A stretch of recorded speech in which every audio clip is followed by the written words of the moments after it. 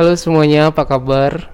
Semoga masih tetap semangat ya. Kalau misalnya nggak semangat ya, yang penting ya masih hidup gitu ya. Ya hidup ini walaupun misalnya susah ya, tetap harus disyukuri karena di balik kesusahan itu nanti ada kemudahan. Kecuali bagi yang tidak percaya.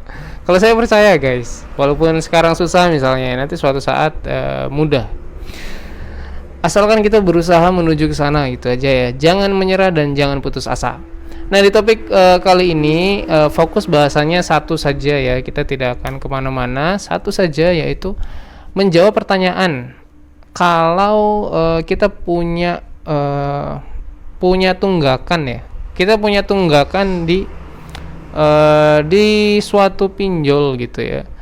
Ini kita ngomongin legal ya, pinjol legal yang terdaftar di OJK. Misalnya kita telat membayar, kita ditagih, kita masih telat gitu, kita belum membayar lah, kita masih punya tunggakan, itu bisa nggak sih kita pinjam di pinjol lain gitu?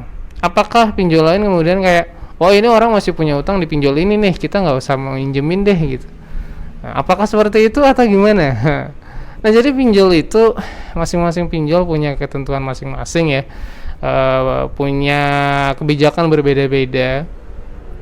Dan jawaban untuk pertanyaan tadi, kalau punya tunggakan bisa nggak sih minjem di pinjol lain? Jawabannya tuh bisa sebenarnya. Jadi kebanyakan pinjol itu tetap bisa memberikan pinjaman ya kepada nasabah atau kepada orang-orang yang sebenarnya punya tunggakan di tempat lain gitu loh. Masih punya pinjaman banyak di tempat lain, kemudian dikasih pinjaman, tetap bisa.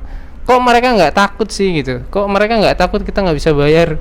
Lah mereka tuh debt kolektornya ahli-ahli gitu loh. Debt kolektornya tuh sudah kelas kakap gitu. Jadi mereka yakin dengan debt kolektor yang mereka punya itu mereka bisa untuk narik pembayaran gitu. Jadi ya berani-berani aja karena pada akhirnya kemungkinan profitnya itu lebih tinggi gitu ya dibandingkan potensi kerugian. Jadi iya bisa, tapi tidak lantas kemudian kalian jadi semena-mena untuk meminjam di banyak tempat gitu, karena nanti bakalan menghancurkan kalian gitu ya. Jadi jangan ya, jangan. Ini cuma buat jawab pertanyaan aja. Apakah kalau misalnya nunggak di satu tempat kemudian blacklist langsung? Tidak ya, tidak di blacklist. Blacklist itu ini sebenarnya masih agak samar karena saya bukan pihak OJK ya kan. Tapi kalau ngelihat secara aturan, blacklist itu memang nggak lantas langsung blacklist gitu loh. Jadi ada level-level kayak yang telat berapa hari, telat berapa minggu, kemudian ada yang telat berhasil membayar enggak, setelah batas waktu ternyata tidak bisa membayar, nah itu baru nanti masuk ke daftar hitam.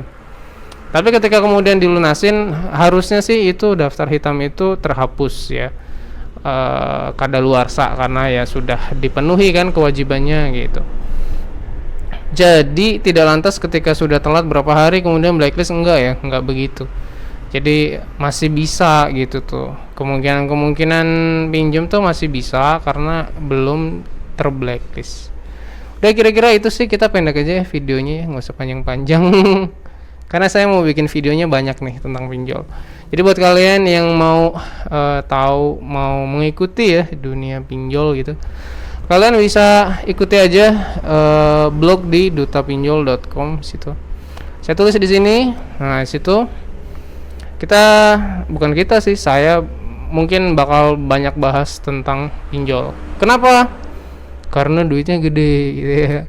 Oke, sekian, terima kasih. Mudah-mudahan kalian jangan tergoda ya. Tidak mudah tergoda untuk minjem kayak gitu tanpa batas. Akhirnya nanti kalian kacau sendiri, stres sendiri, tertekan tiap hari, hidupnya nggak tenang.